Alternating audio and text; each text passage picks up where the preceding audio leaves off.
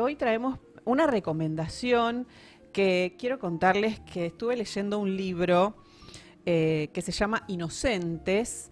Está escrito por el periodista Pablo Esteban, que es doctor en comunicación de la Universidad Nacional de La Plata, es magíster en Sociología de la Cultura y Análisis Cultural, egresado de la Universidad Nacional de San Martín y licenciado en Comunicación Social por la Universidad Nacional de Quilmes. También tiene un diploma superior en bioética de Flaxo, es director de la Agencia de Noticias Científicas de la Universidad de Quilmes, es redactor de Ciencia y Sociedad en el diario Página 12, es conductor de Ningún Cuento, un streaming sobre ciencia en el canal Vibra, y ha trabajado como guionista de la TV pública y como columnista en la radio AM750.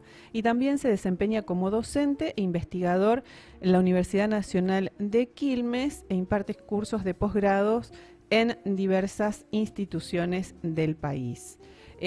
También es autor del libro de la muerte, en El gato y la caja. Este libro se escribió con el aporte, con la colaboración de la organización Innocent Project Argentina, que es una organización sin fines de lucro, con quien nosotros hemos hablado también en otras oportunidades, con su presidente, Manuel Garrido, y bueno, es un libro que hace un recorrido sobre la ciencia forense y cómo es utilizada en el Poder Judicial.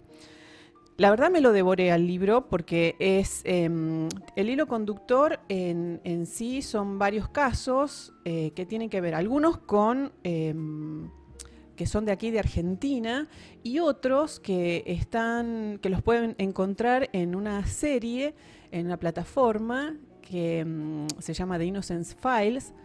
Y bueno, hace un recorrido sobre distintos casos que tienen que ver con condenas erróneas, personas que han sido condenadas de forma errónea y que luego de años y años de estar encarcelados cumpliendo una condena, determinadas pruebas determinaron que estas personas eran inocentes. Por eso el libro La ciencia forense en el laberinto judicial, de Pablo Esteban.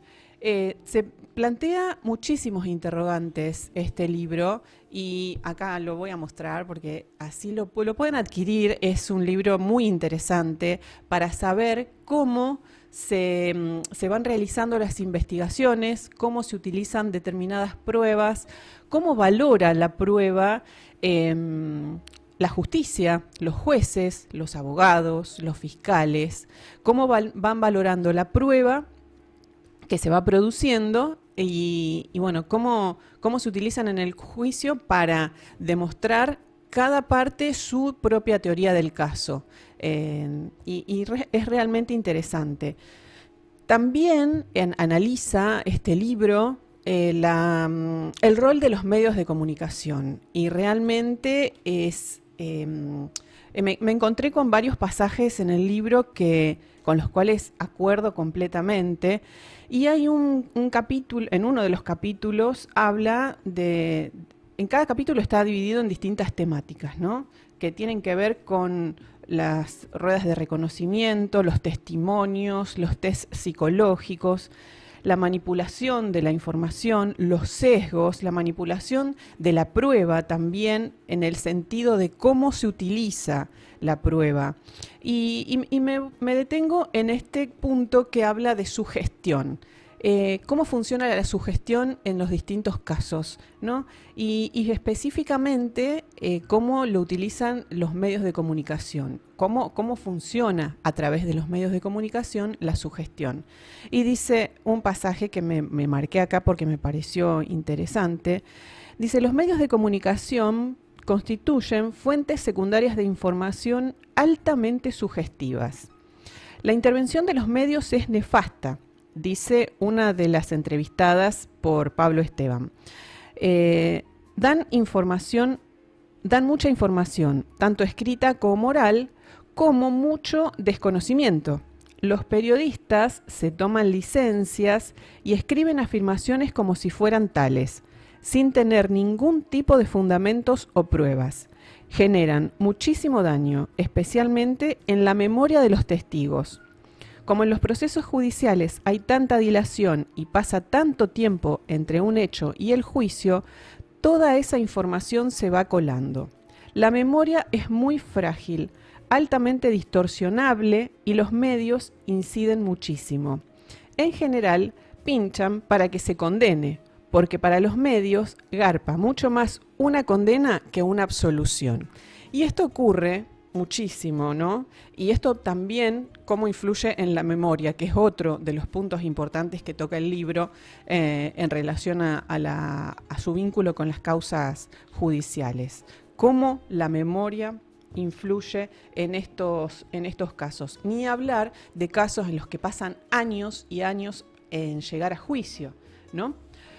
Así que bueno, entre estos puntos vamos a tener una charla con Pablo Esteban en relación a lo que es su libro. Otro pasaje del libro que mientras esperamos conectarnos, les voy contando, que también habla del rumor. Ah, bueno, ¿ya está conectado? Bueno, entonces vamos ya con él para que nos lo cuente él en primera persona, cómo fue su recorrido entre tantas entrevistas que hizo con especialistas para lograr este libro que realmente está muy bueno para quienes hacemos periodismo judicial, para los abogados, para todo tipo de profesionales vinculados a este tipo de casos. Así que bueno, ya le damos la bienvenida. Buen día, Pablo.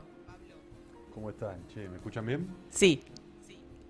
Bien, perfecto, entonces. Bueno. Muy bien, bueno, muchas gracias por la invitación. No, por favor, gracias a vos por esta comunicación. Así que bueno, yo ya hice más o menos una introducción de qué va el libro y bueno, nos gustaría que nos cuentes, bueno, cómo surgió esta idea y cómo fue el recorrido que hiciste para lograr este libro, porque bueno, hiciste una cantidad de entrevistas impresionantes, todos los temas que aborda el libro, creo que el hilo conductor va por esto de que decía yo en la introducción, en los casos de Innocence Files y también porque bueno, tomás muchos casos de ese tipo y lo que tiene que ver con la colaboración también de Innocent Project. Nosotros también acá hicimos entrevistas con Garrido y bueno, seguimos también, yo pertenezco también a una organización que se llama Inocente Colectivo, que más o menos hace lo mismo que Innocent Project aquí en Rosario, que se fundó a partir de un caso particular de aquí.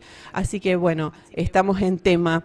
Y bueno, contanos, ¿qué nos podés contar del libro? ¿Con qué se va a encontrar la gente que compre este libro? Que bueno, después vamos a contar dónde lo pueden comprar también, ¿no?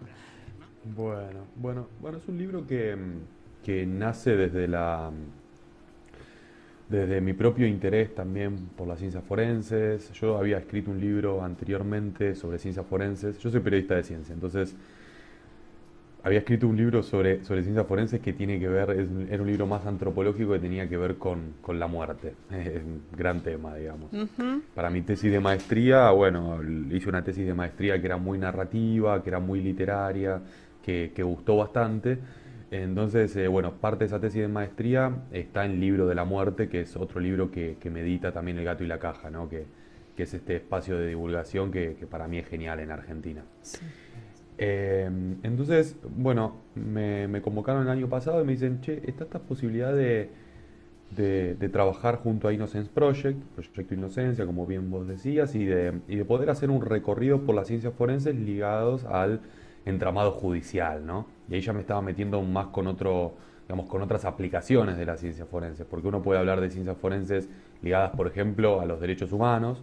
Argentina tiene un amplio recorrido en eso, vinculado con las abuelas de Plaza de Mayo, con el equipo argentino de antropología forense, con el Banco Nacional de Datos Genéticos, que está vinculada a la restitución identitaria.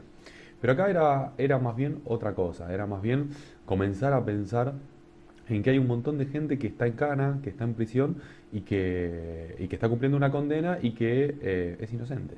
Sí. Entonces para mí realmente fue zambullirme en un mundo que había tocado de manera lateral, que muchas veces me había llamado la atención, que muchas veces había escuchado, que en el diario, hay una página donde laburo, Siempre me llamaba la atención las historias de Irina Hauser, de Tony Coleman, que son los periodistas que en general cubren este tipo de novedades. Así que dije, bueno, vamos a hacerlo, ¿por qué no?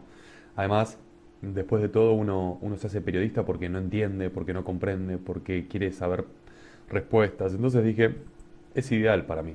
Claro. Un libro sobre el que no manejo todas las variables. Sí. Bueno, y ahí me fui encontrando con un montonazo de cosas. Vos me decías, vos en la muy buena introducción que hacías, decías, bueno, hay un montón de casos que tienen que ver con Innocence Files. Sí, yo en realidad lo que fui haciendo fue devorando absolutamente todo lo que yo veía que podía ayudarme. Ujú. Entonces tuve varias conversaciones con la gente de Innocence Project Argentina. Ahí me fueron diciendo cuáles eran los puntos de interés, Ujú. cuáles eran los puntos de interés que a ellos les interesaba. Entonces de ahí sale la posibilidad de poder hablar de memoria, Ujú. de ruedas de identificación, después de hablar de ADN, ¿no? Sí. Y ahí hablar con genetistas forenses, después de hablar de odorología forense, y Ujú. hablar con gente que sabe de odorología forense, si es una ciencia, si no es una ciencia. Después hablar de abusos infantiles, de síndrome de bebé sacudido, digo, fueron como puntos de interés donde yo puse la lupa. Podrían haber sido otros, pero Ujú. bueno, seleccionamos esos porque sobre esos hay evidencia científica de que efectivamente la justicia funciona mal. Claro. Hay como casos muy concretos y lindos para contar, bueno, lindos para narrar, quizás no tan lindos para sus protagonistas. Claro, no, obviamente, no por el caso, por el hecho en sí, sino por el interés científico que tienen. Vos ahí pones en crisis todos los métodos por los cuales se llega a definir la responsabilidad o no de una persona en juicio, ¿no? En el Sí, análisis exacto. que haces, porque bueno, tanto, bueno, desde ya la presunción de inocencia totalmente mancillada. Como, bueno, tomás como la verdad como una construcción, ¿no? Es la verdad, es una construcción en algún sentido. Son hechos, son interpretaciones. Bueno, ¿cómo vos fuiste desmenuzando cada uno de esos puntos, la memoria, bueno, todo esto que vos enumerabas, como los testimonios, cómo se valoran en un juicio? Es realmente interesante el análisis que haces, ¿no?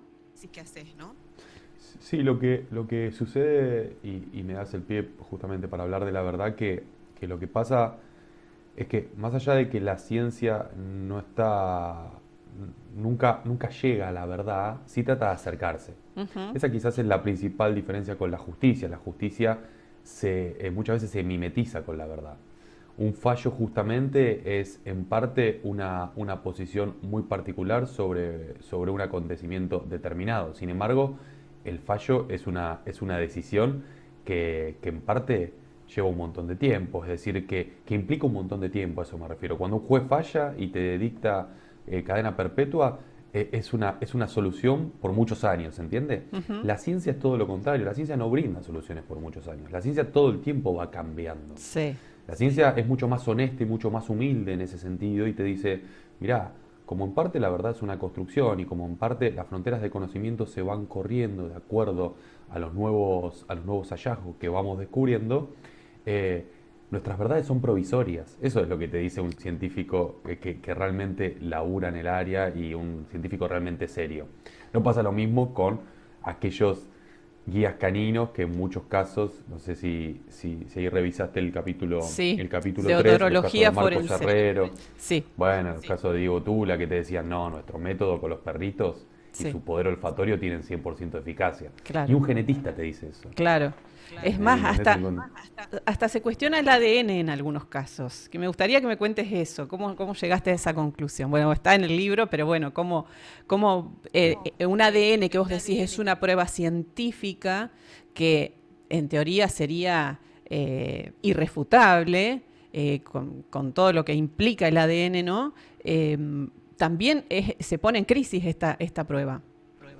Sí, porque una cosa es el valor epistémico, digamos, la fuerza, la robustez de una prueba en sí, es decir, del ADN. El ADN en general es el que más se acerca, ¿no?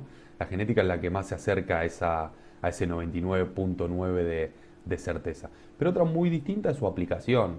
la aplicación muchas veces puede ser defectuosa, una escena criminal se puede contaminar, Ujú. ¿no? En el laboratorio una evidencia se puede mezclar con una referencia, es decir, estás confundiendo y en definitiva esto ocurrió en la historia y está comprobado, no es que lo estamos inventando. Yo todo el tiempo lo que trato de hacer justamente es ir mostrando estos grises de la justicia para, para poder mostrar que efectivamente pasa como vos decís, incluso en el ADN. Hay un caso internacional que a mí me voló la cabeza, que está en la serie Netflix, si tienen un ratito y bueno, incluso si no tienen Netflix la pueden ver, ¿no? Porque hoy se puede ver todo, pero Sí, es el caso de Amanda Knox, que fue sí. un caso muy importante, creo que son 4 capítulos, Ujú. y que yo ahí refiero, ¿no?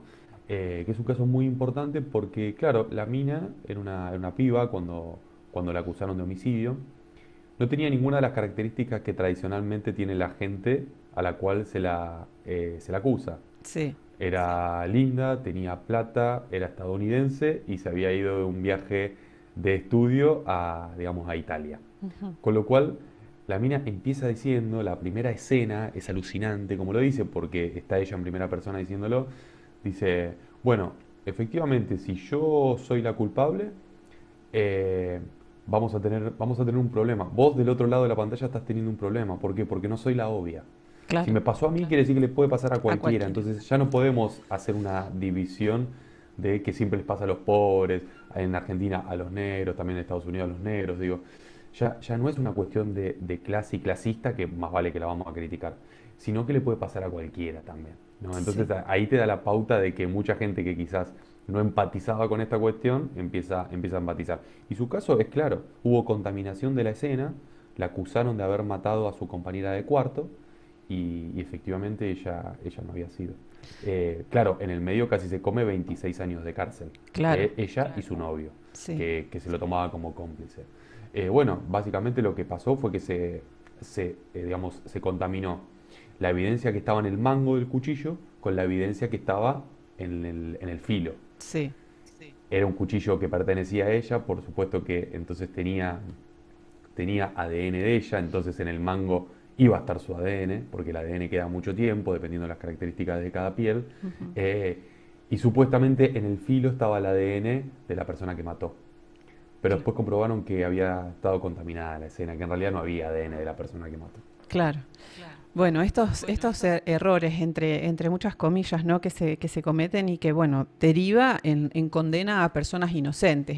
Los casos que mencionas en el libro de acá de Argentina, como el caso de Anaí Benítez, el de Marcos Bazán, que también fue condenado a una pena de prisión perpetua por femicidio, bueno, por inconsistencias, esto de los testimonios, ¿no? Que vos decís en el relato, a lo mejor algo que no coincide, bueno, si se equivocó porque, bueno, no se acordaba, es cierto esto, la memoria y los testimonios que podemos dar a partir de nuestra memoria, a veces puede caer en alguna inconsistencia y esto no significa que seamos culpables. Ese paso también, ese pasaje del libro me pareció muy interesante.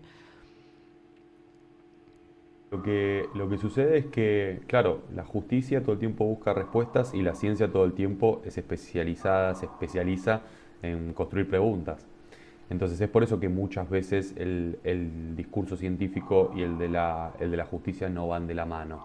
Lo que sucede con el tema memoria, con el apartado memoria, es justamente eso. Lo que dice la ciencia es, che, ojo que a través de los testimonios y a través de las ruedas de identificación, los testimonios son relatos de memoria, es decir, un testigo diciendo lo que vio, Ujú. va a las ruedas de identificación cuando vos seleccionás a un sospechoso entre 4 o 5 personas porque te parece que es la persona que aparentemente cometió el delito. Ojo que va un montón de gente de manera errónea gracias al poder de la memoria. Y lo que dice la ciencia es, ojo que la memoria tradicionalmente falla. Claro, Usualmente falla. Lo común de la memoria es fallada, ¿no? Entonces cuando vos te preguntan, ¿dónde estuvo la noche del 24 de junio de 2023? Vos vas a decir, qué sé yo, no tengo idea, la claro, noche del 24. Claro, pero empezás a hacer cuentas, decís, bueno, la noche del 24 de junio, supongamos que cayó jueves, yo los jueves a última hora tengo mi programa de radio, por ejemplo, ¿no? ujú, Entonces, ¿qué le contestás digamos, a los tribunales, ahí a la justicia, y los sí, actores de la justicia? Y le decís, y bueno, seguramente haya estado volviendo de mi programa de radio. Los jueves a esa hora hago mi programa.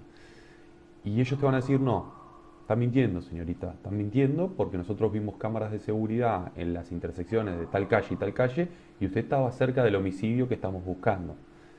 Y vos quizás no, seguramente no tenías la intención de mentir, simplemente no te acordabas, Claro. ¿no? Claro. Simplemente no te acordabas, que es lo más común. Bueno, la justicia en esa inconsistencia ve culpabilidad. La inconsistencia, sin embargo, es lo más común, es lo que le pasa a Marcos Bazán. Como vos decís, a Marcos Bazán le preguntan qué estabas haciendo el día que Anaí Benítez desapareció y Marcos Bazán dice, hace cuentas, dice, y estaba laburando. No, no, usted no estaba laburando, usted estaba en tal lugar, ¿no? Entonces, claro, es una inconsistencia, pero es una inconsistencia, lo que no se dijo, no se hizo suficiente hincapié en el momento, es que él trabajaba en días y horarios rotativos. Claro. Entonces, más vale que Sí, suma una dificultad te más. podés confundir. Es lo más común.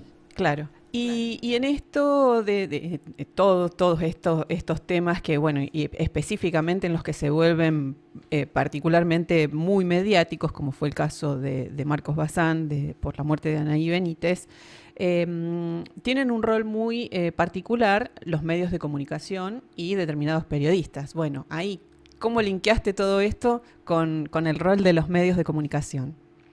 Que también me Y lo, resulta muy interesante todo, ¿no? Esto sobre todo, esta parte donde mencionas, que me lo marqué acá en el libro, el tema, el apartado del rumor, ¿no? Y la historia esa sí. que contás ahí, que bueno, vamos a dejar una incógnita para que la gente compre el libro y lo lea. Pero contanos más o menos cómo, bueno, cómo analizaste el rol de los medios en todas estas temáticas, ¿no?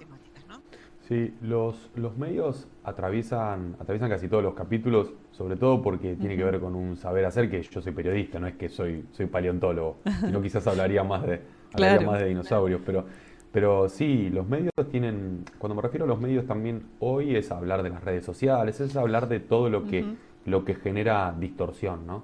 Claro. Y en los procesos judiciales los medios son terribles. Son terribles porque muchas veces representan, o al contrario, estimulan una presión social que juega muy en contra. En general juega muy en contra. ¿Por qué? Porque eso estimula a la justicia a querer buscar respuestas.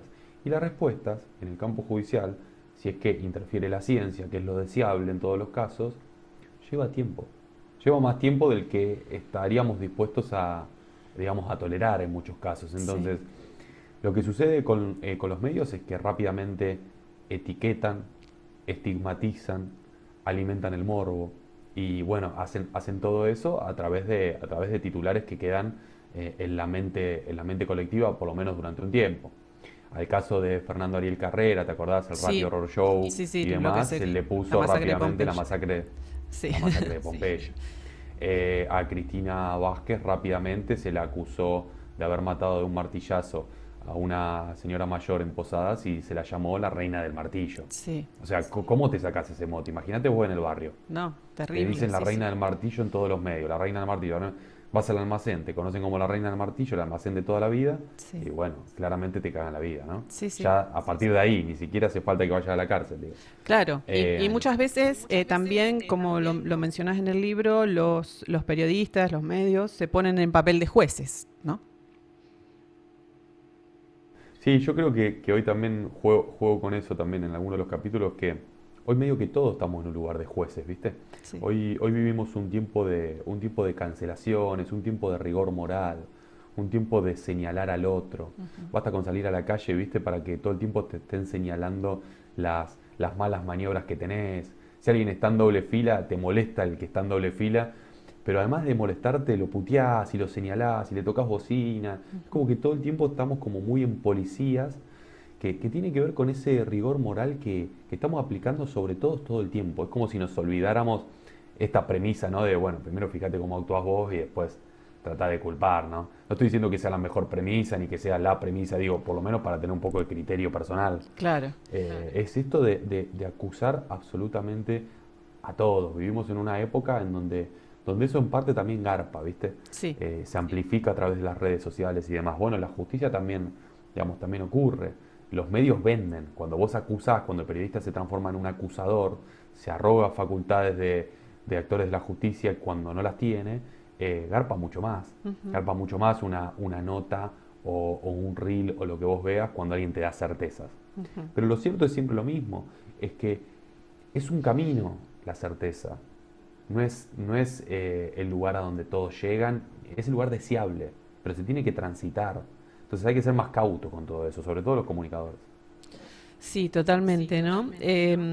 Bueno, muchas veces esto ocurre, que hablamos muchas veces en este programa sobre las sentencias mediáticas antes que las judiciales, ¿no? Y es esto Tal realmente cual, tal cual. lo que Sí, ocurre. sí, es que eso sucede todo el tiempo. Muchas veces los medios tienen más información que la propia justicia. Sí, ¿No? Sucede así bueno, porque la información se filtra, porque los periodistas les gusta aparecer, digamos, les gusta aparecer, les gusta tener la primicia, saben cómo moverse, y también a los actores de la justicia, quizás que no están en un nivel de decisiones, pero participan de esas decisiones, les gusta filtrar la información, sí, porque también eso les da vértigo, ¿no? sí, en uno de los capítulos mencionaba un entrevistado en un momento salió de una audiencia de juicio y vio tanto al defensor como al querellante o al acusador, no me acuerdo bien ahora cómo era, decir que la prueba había sido a su favor. Entonces, ¿cómo puede ser? Tanto una postura, porque obviamente un defensor y un acusador tienen posturas contrarias. ¿Cómo es posible que la misma prueba haya sido a favor de los dos? Bueno, es que ahí se estira mucho esta idea, ¿no? De las interpretaciones. Es como si la justicia todo el tiempo utilizara el valor de verdad de la manera que más le conviene. Ujú. Entonces lo que termina sucediendo es que claro, quien dice eso es Willy Pregliasco, Guillermo Pregliasco, que es un físico forense, Sí. para mí uno de los más reconocidos de Argentina. Ujú. Laburó en casos emblemáticos como el de Costel y Santillán, de la estación Avellaneda, Ujú. la masacre de Trelew. Cada dos por tres lo llaman para hacer pericias balísticas. Es un tipo, bueno, la de Pablo Grillo, que fue esta última, Ujú. la verdad que trabaja muy bien, decía justamente eso. Nosotros hacemos el informe, nos matamos haciendo el informe, tratamos de no brindar certezas, tratamos de hacer nuestro trabajo lo más limpio posible. Ahora, una vez que, a mí me pasó, me dice, una vez que yo fui a declarar, ese informe fue adoptado y fue recibido con la misma alegría, digámosle, como vos decís, por el abogado defensor y por el abogado, digamos, por la fiscalía, ¿no? Claro. Por quien acusaba. Entonces, hay algo que está mal. Y yo me preocupé mucho, me decía, yo me preocupé mucho porque digo, no fui lo suficientemente claro. Y no, la realidad es que cada parte va manipulando y va administrando las dosis digamos, de credibilidad en su favor. Y me dice, contra eso no puedo hacer nada. Y claro, Es así. no, no, totalmente. Así como, Contra, bueno, como, contra las interpretaciones es imposible. Es lo mismo que uno cuando escribe un libro, digamos. Yo puedo escribir este libro, ¿no? ujú, Vos lo podés tomar de una manera, después otra persona lo puede tomar de otra manera. Es así y está perfecto que así sea. Uno claro, más vale que cuando produce un contenido, cuando produce un mensaje, cuando producís un informe para que sea elevado a un juez, vos orientás el sentido. Pero una claro. cosa es orientar el sentido y otra cosa es la interpretación que le da quien lo recibe. Eso no se maneja. Y también en parte, la justicia quizás no está tan bueno en otros campos como la narrativa, como campos que no tienen tantos efectos en la vida de la gente, es lo deseable, ¿no? Claro. Además, bueno, en esto de la ciencia, ¿no? Que los mismos científicos dicen, acá los entrevistados que vos consultaste, dicen, nosotros, como vos bien también decías, mencionabas en un momento, no damos ninguna certeza. La ciencia no es totalmente, digamos, concluyente, sino que está siempre en constante movimiento y avanzando y modificando y revisando inclusive todo lo que van haciendo, ¿no? Y para la justicia no, esto es un tema también, ¿no? Entonces la justicia necesita certeza para condenar y la ciencia no le va a dar esa certeza. No, no. No, lo que en cualquier caso te da una ciencia realmente seria y rigurosa son acercamientos a esas certezas. Son miradas, son enfoques. Entonces vos decís, bueno, pero si la ciencia no me va a dar respuestas, ¿para qué lo utilizamos entonces? Porque lo que te da es una orientación hacia tal premisa, que es un montonazo, es una herramienta más entre otras.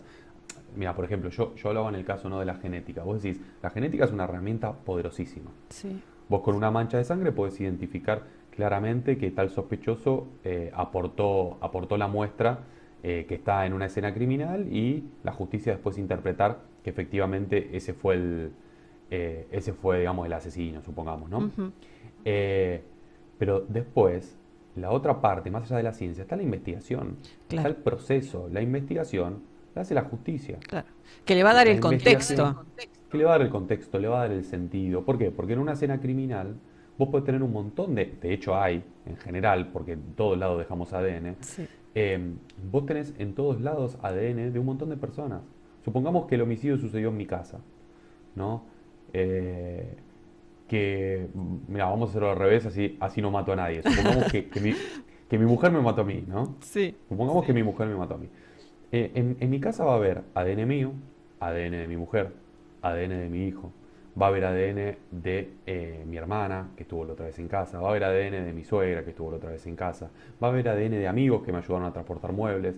Digo, va a haber mucho ADN. claro, Ahora, todos esos ADN son ADNs sospechosos y no, para eso está la investigación. claro, ¿Cuáles son los motivos que hubiera tenido mi suegra para matarme? ¿Cuáles claro, hubieran sido los motivos claro, que sí, tuvo mi sí, hermana para matarme, mi mujer para matar? Digo, ahí está la investigación, el contexto se lo da la investigación. claro, Entonces, muchas veces lo que sucede es que la justicia descansa tanto en la ciencia que no hace más nada. Y no es claro, al revés. La justicia, digamos, la ciencia es una herramienta, una más. tal cual.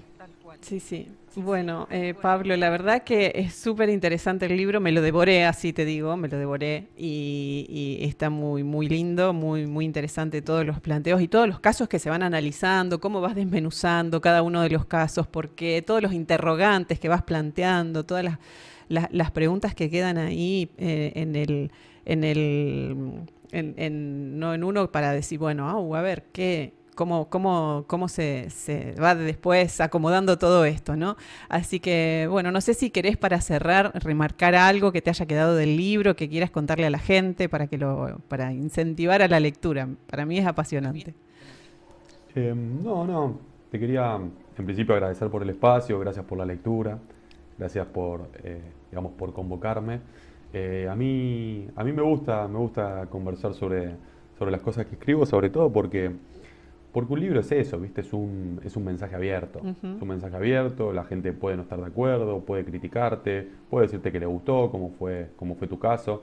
Y eso la realidad es que no es nada, que no es ningún problema, sirve como proceso, ¿no? Yo siempre en general tomo eso muy bien, ¿viste? Porque me parece que todo, digamos que todo es perfectible.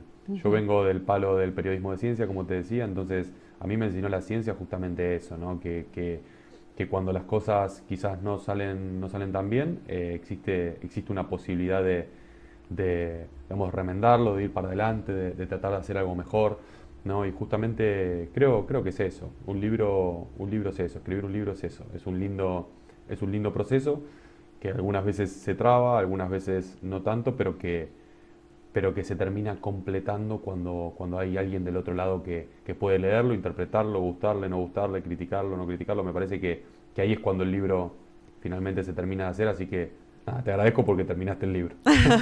Muy bueno, sí. Bueno, muchísimas gracias por esta comunicación y bueno, lo pueden conseguir el libro en la tienda de El Gato y la Caja, ¿eh? Que es la Sí. página, recordame, elgatoylacaja. Sí, la verdad es que no me acuerdo el, Bueno, el- des- el link, pero si ustedes ponen El tienda El Gato y Gato y la la Caja en Caja, Google, y sí, si sí, no sí. en librerías está Sí, también. elgatoylacaja.com. Ahí Ahí está. está la tienda y lo pueden adquirir. Llega en poquitos días a Rosario, a mí me llegó enseguida, así que muy, muy bueno. Genial. Bueno, muchísimas gracias, Pablo. Bueno, gracias a vos, che. Muchas gracias por el Hasta espacio, que otro estés bien. momento. Hasta luego. Adiós. Bueno, pasaba Pablo Esteban por Se presume culpable con este libro Inocentes, la ciencia forense y el laberinto judicial.